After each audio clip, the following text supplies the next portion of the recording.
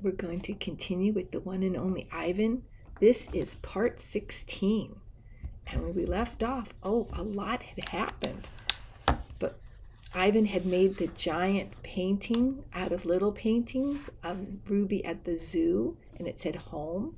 And Julia figured out the puzzle, and she talked her dad George into putting that up on the billboard. And then she called the local newspaper.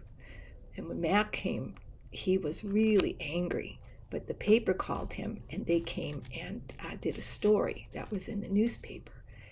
And Ivan and Ruby got a lot more visitors, and there was a lot more people coming to the mall. But nothing was changing. Nothing was changing. And Ruby was starting to have nightmares every night.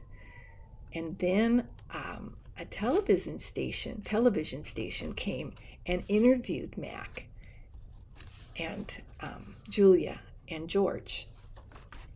And they were on the early news at 5 o'clock. Right? And we're going to continue with the protesters. More people with signs come today. They want Ruby to be free. Some of them even want Mac to shut down the mall. In the evening, George and Mac talk about them. Mac says they're protesting the wrong guy. He says they're going to ruin everything. He says, "Thanks for nothing, George." Mac stomps off. George, holding his mop, watches him leave. He rubs his eyes. He looks worried. "Dad," Julia says, looking up from her homework, "you know what my favorite sign was?" George asks. "Which one?" "The one that said elephants are people too." The one that said, okay, George gives her a smile. He goes back to work. His mop moves across the empty food court like a giant brush, painting a picture no one will ever see. And here are the signs. So there's the elephants are people too sign. Free Ruby.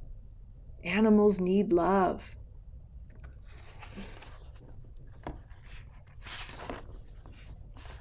Check marks. A tall man with a clipboard and pencil come to visit. He says he is here to inspect the property. He doesn't say much, but he makes many checks on his paper. He looks at my floor, check. He examines Ruby's hay, check. He eyes our water bowls, check. Mac watches him scowling. Bob is outside, hiding near the dumpster. He does not want to be a check mark. Free Ruby. Every day there are more protesters and cameras with bright lights. Sometimes the people carrying signs shout, "Free Ruby, free Ruby." "Ivan," Ruby says, "why are those people yelling my name? Are they mad at me?" "They're mad," I say, "but not at you." A week later, the inspecting man comes back with a friend, a woman with smart dark eyes like my mother's. She has a white coat on and she smells like lobila blossoms. Her hair is thick and brown, the color of a rotten branch teeming with luscious ants. She watches me for a long time, then she watches Ruby.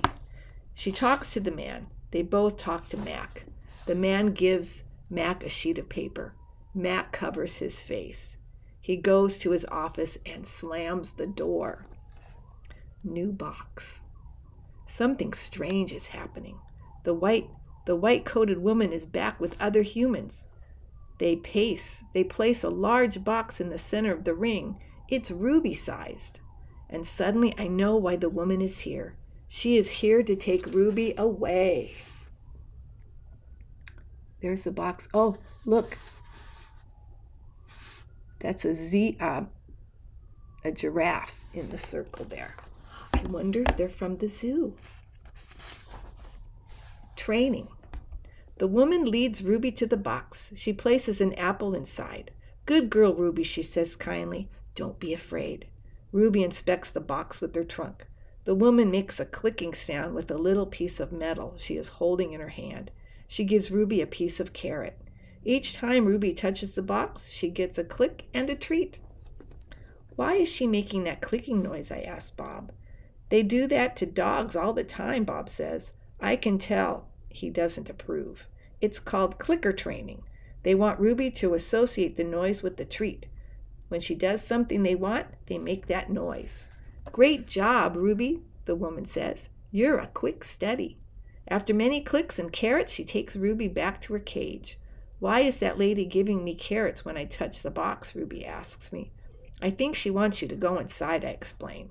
But there's nothing inside, Ruby says, except an apple.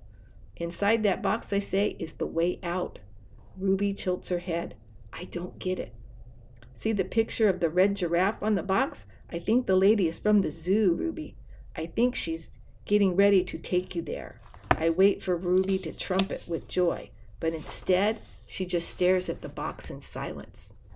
I'm not sure you understand. That box might be taking you to a place where there are other elephants, I say, a place with more room and humans who care about you. But even as I say these words, I remember with a shudder the last box I was in. I don't want a zoo, Ruby says. I want you and Bob and Julia. This is my home. No, Ruby, I say. This is your prison. Poking and prodding. The lady comes again. She brings in an animal doctor with an awful smell and a dangerous-looking bag. He spends an hour with Ruby, poking and prodding. He looks at her eyes, her feet, her trunk. When he's done with Ruby, he enters my cage. I wish I could hide under knot tag like Bob. Instead, I do a nice, loud chest beat, and after a moment, the doctor retreats. We're going to need to put this one under, he says. I'm not quite sure what he means, but I strut around my cage feeling victorious anyway. No painting. No one asks me to paint today. No one asks Ruby to perform. There are no shows, no visitors, unless you count the protesters. Max stays in his office all day. More boxes. I wake up from a long morning nap. Bob is on my belly, but he isn't asleep. He watches the ring where 4 men are placing a large metal box. It's me-sized. What's that, I ask, still blurry from sleep. Bob nuzzles my chin. I believe that box is for you, my friend. I'm not sure what he means me. They brought in a bunch of boxes while you were asleep. Looks to me like they're taking the whole lot of you, he says, casually licking a paw. Even Thelma. Taking, I repeat? Taking us where? Well, some to the zoo, probably. Others to an animal shelter, where humans will try to find them homes. Bob shakes himself. So I guess all good things must come to an end, huh? His voice is bright, but his eyes are far away and sad. I'm going to miss your stomach, big guy.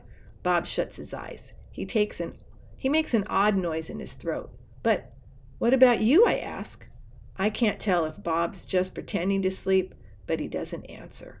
I gaze at the huge shadowy box, and suddenly I understand how Ruby feels.